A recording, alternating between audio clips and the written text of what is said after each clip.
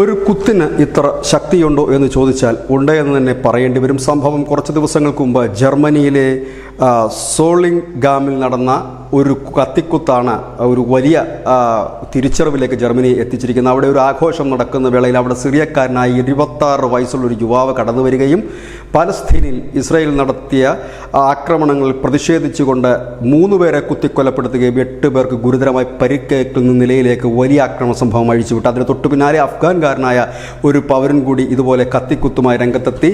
ഏതായാലും മതമൗലികവാദ സംഘടനകൾ ജർമ്മനിയിലടക്കം പിടിമുറുക്കുന്നു എന്നുള്ള ആ ഒരു വലിയ പ്രചരണത്തിനിടയിലാണ് ഈ സംഭവം നടക്കുന്നത്. നമുക്കറിയാം ബ്രിട്ടനിൽ നടന്ന സംഭവങ്ങൾ. അവിടെ കുടിയേറിയവർ അതിഥികളായി എത്തിയവർ പിന്നീട് ആതിഥേയരാകുകയും ആതിഥേയർ പിന്നെ അപകടകാരികളായി മാറുകയും ചെയ്തപ്പോഴാണ് ബ്രിട്ടനിലെ ജനം, തദ്ദേശീയ ജനം തെരുവിലിറങ്ങുകയും കുടിയേറ്റക്കാരെ അടിച്ചൊതുക്കുകയും ചെയ്തതെങ്കിൽ ജർമ്മനിയിലും സമാനമായ സംഭവത്തിന് തൊട്ടു മുൻപ് തന്നെ ഭരണകൂടം ഇടപെടുകയും അവരെ നാടുകടത്താൻ ആരംഭിക്കുകയും ചെയ്തിരിക്കുന്നു. വെള്ളിയാഴ്ച ലീപ്സിഗിൽ നിന്നും ചാർട്ടേഡ് വിമാനത്തിൽ 28 അഫ്ഗാൻ പൗരന്മാരാണ് അഫ്ഗാനിസ്ഥാനിലേക്ക് നാടുകടത്തിയിരിക്കുന്നത്. സിറിയ പൗരന്മാരും ഈ ലിസ്റ്റിൽ ഉണ്ട്.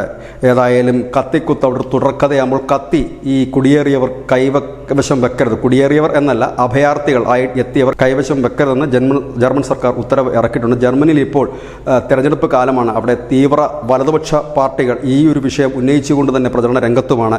ഏതായാലും തുടക്കമെന്ന നിലയിൽ അഫ്ഗാൻ പൗരന്മാരെ കൂട്ടത്തോടെ തന്നെ ജർമ്മനി നാടുകടത്തി തുടങ്ങുന്നു. ഒപ്പം സിറിയയും ലിസ്റ്റിലുണ്ട്. News desk news India Malayalam.